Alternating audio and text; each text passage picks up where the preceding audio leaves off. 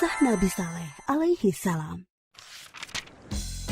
Setelah Nabi Hud, keluarga serta pengikutnya hijrah ke Hadramaut, mereka membentuk kehidupan baru di sana dalam suasana keimanan yang tinggi.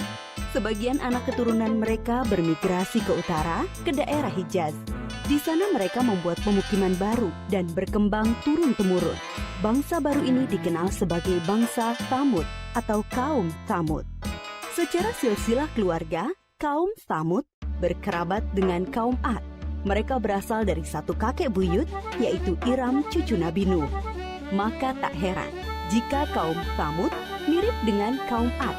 Mereka orang-orang yang diberi kecerdasan tinggi oleh Allah Subhanahu wa Ta'ala. Kaum Tsamud juga mewarisi budaya dan keahlian bangsa Ad dalam bidang arsitektur. Mereka membuat bangunan megah di tanah datar dan membuat gunung-gunung untuk dijadikan rumah. Kaum Tsamud sangat mahir dalam ilmu pahat. Mereka membuat relief-relief yang indah. Kota mereka yang terkenal adalah Al-Hijr. Pengairan, pertanian, dan peternakan mereka berkembang sangat baik, serupa kaum Ad dahulu. Pada mulanya, kaum Tsamud menarik pelajaran berharga dari pengalaman buruk kaum Ad. Karena itu mereka beriman kepada Allah Subhanahu wa Ta'ala. Mereka hidup dalam kedamaian dan ketaatan kepada Allah. Tetapi setelah beratus-ratus tahun berjalan, kejayaan membuat mereka menjauh dari ketakwaan kepada Allah. Mereka, terutama pembesar-pembesarnya, mulai angkuh. Penindasan kepada orang-orang miskin dan lemah di antara mereka. Kebohongan, kecurangan menjadi biasa bagi mereka. Kaum Tsamud juga mulai menyembah berhala dan diteruskan turun-temurun oleh anak cucu mereka. Mereka melupakan ajaran Allah dan menuruti bujukan setan. Allah tidak membiarkan manusia dalam kesesatan tanpa ada petunjuk. Karena itu, Allah memilih Saleh untuk menjadi utusan bagi kaum Tsamud. Saleh berasal dari keluarga terpandang di kalangan kaum Tsamud. Kecerdasan yang menonjol, rendah hati, dan ramah, pandai bergaul, serta sabar. Bakat kepemimpinannya sudah tampak sejak muda. Saleh disukai oleh kaumnya. Mereka berharap Saleh akan menjadi pemimpin mereka. Setelah menerima petunjuk-petunjuk yang jelas dari Allah Subhanahu wa Ta'ala, Nabi Saleh alaihi salam memulai dakwahnya kepada kaumnya. Hai kaumku, sembahlah Allah. Dialah yang menciptakan kamu dan menjadikan kamu mampu memakmurkan bumi. Dan mohon ampunlah kepada Allah Subhanahu wa Ta'ala atas dosa-dosamu. Takutlah kamu kepada azab Allah. Tetapi kaumnya menjawab, Hai Saleh, kami sungguh kecewa kepadamu. Selama ini kami mengharapkan kau akan jadi pemimpin kami. Sekarang kau melarang menyembah berhala-berhala. Padahal ini adalah warisan nenek moyang kami. Kami tidak mau mengikutimu. Kebanyakan kaum Tsamud tidak mau percaya kepada dakwah Nabi Saleh, terutama para pembesar-pembesarnya. Hanya sebagian dari mereka yang menyambut seruannya, terutama dari golongan-golongan miskin dan lemah. Para pemuda kaum Tsamud mengejek orang-orang lemah itu, tetapi iman mereka sudah kokoh kepada seruan Nabi Saleh. Melihat hal itu, para pemuda kaum Tsamud menjadi sakit hati dan gusar. Keangkuhan mereka menjadi-jadi. Mereka tidak mau kehilangan pengikut. Mereka ingin Nabi Saleh tidak mempunyai pengikut sama sekali. Mereka berusaha agar orang-orang beriman itu meninggalkan Nabi Saleh dan kembali menyembah berhala mengikuti mereka.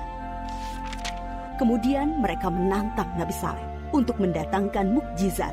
Mereka berpikir tentulah Nabi Saleh tidak bisa memenuhinya dan jatuhlah wibawahnya di mata para pengikutnya. Dengan demikian, orang-orang beriman itu akan meninggalkan Nabi Saleh. Hai Saleh, jika kau benar seorang nabi, perlihatkan kepada kami mukjizat. Kalau tidak, tentulah engkau pembohong. Nabi Saleh menjawab, Akan kutunjukkan kepadamu suatu mukjizat, tapi dengan syarat, kalian harus mengikutiku menyembah Allah. Mereka menuju Bukit Berbatu. Nabi Saleh memohon kepada Allah dengan penuh kesungguhan supaya diberi mukjizat. Dari dalam batu besar, keluarlah seekor unta yang sangat istimewa. Besar, gemuk, berbulu tebal, sangat bagus, dan hamil 10 bulan. Para pemuka kafir sangat terperanjat. Kaum Tsamud memang ahli dalam memahat batu. Tapi unta ini sungguh indah dan hidup, bukan patung pahatan dari batu. Nabi Saleh berkata, Inilah unta Allah, jangan kalian mengganggunya, supaya tidak turun azab atas kalian. Dia mempunyai giliran makan dan minum dengan kalian. Sehari biarkan dia minum dari sumber air. Sehari giliran kalian dan ternak kalian. Unta itu bebas berkeliaran di pemukiman kaum Tsamud. Pada hari di mana unta itu minum dari sumber air mereka, semua ternak menyingkir seolah mempersilahkannya. Air susu unta itu cukup untuk memberi makan banyak orang setiap hari. Siapapun boleh memerahnya, tetapi tidak boleh mengganggunya. Tapi semua ini tidak menjadikan pemuda-pemuda Tsamud beriman kepada Allah dan Nabi Saleh. Sejak itu, pengaruh Nabi Saleh semakin besar. Bertambah kuat keyakinan orang yang beriman. Para pemuda Tsamud semakin cemas. Mereka takut wibawa mereka makin turun dan tidak mempunyai pengikut lagi. Maka mereka mengadakan rapat rahasia untuk menghentikan dakwah Nabi Saleh. Mereka sepakat untuk membunuh unta mukjizat itu. Para pemuda Tsamud menyuruh 9 orang untuk membunuh unta itu. Mereka ini adalah para penjahat yang dikenal berani dan kejam. Bersama-sama mereka membunuh unta. Ada yang memanah dan seorang menyembelihnya. Pemuda Tsamud mengumumkan pembunuhan unta itu dengan congkaknya. Mereka berpikir dakwah Nabi Saleh akan terganjal. Tentu banyak orang beriman yang akan meninggalkannya karena mukjizat yang sudah tidak ada. Masyarakat sangat sedih dan ketakutan mendengar kabar itu. Mereka sedih karena tidak bisa lagi minum air susu unta ajaib itu dan takut azab Allah akan benar datang menimpa mereka. Para pemuda Tsamud mendatangi Nabi Saleh dengan angkuh dan penuh rasa kemenangan. Hai Saleh, kami telah membunuh untamu. Datangkanlah azab yang kau ancamkan kepada kami. Kalau tidak, pasti kau pembohong besar. Kalian diberi waktu 3 hari untuk bersenang-senang di rumah kalian. Setelah itu, azab dari Allah pasti akan datang. Dengan penangguhan waktu 3 hari, diharapkan banyak orang yang menyesali dan bertaubat kepada Allah, serta menjadi orang yang beriman. Tetapi orang-orang kafir itu tetap dalam keangkuhannya. Mereka tidak mau beriman. Mereka malah menunggu-nunggu apa yang akan terjadi setelah 3 hari. Diam-diam mereka juga gelisah, takut kalau azab itu benar-benar datang. Akhirnya mereka merencanakan membunuh Nabi Saleh agar azab itu tidak jadi datang. Mereka mengutus kembali 9 orang yang telah membunuh unta untuk membunuh Nabi Saleh.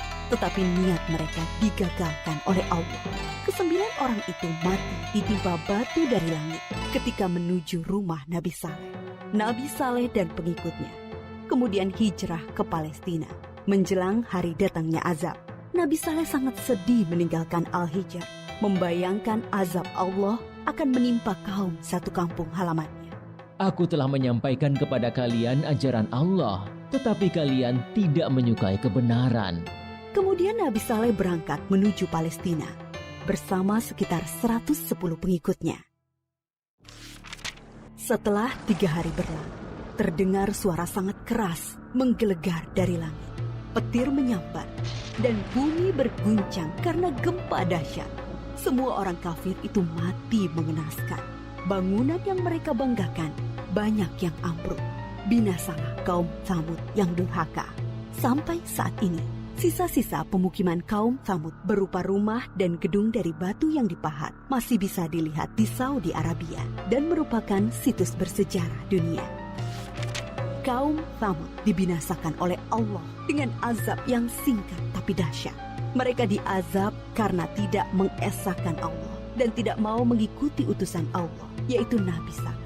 Mereka memilih mengikuti syaitan. Dan walaupun yang membunuh unta hanya beberapa orang, tetapi orang kafir yang lainnya merestui. Mereka mendiamkan perbuatan jahat di antara mereka.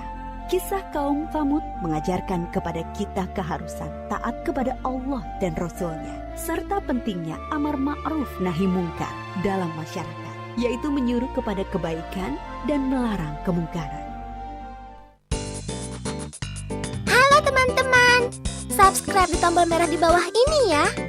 Like dan share juga di media sosial teman-teman. Dan satu lagi, Isi komentar, usulan, atau saran juga ya. Terima kasih.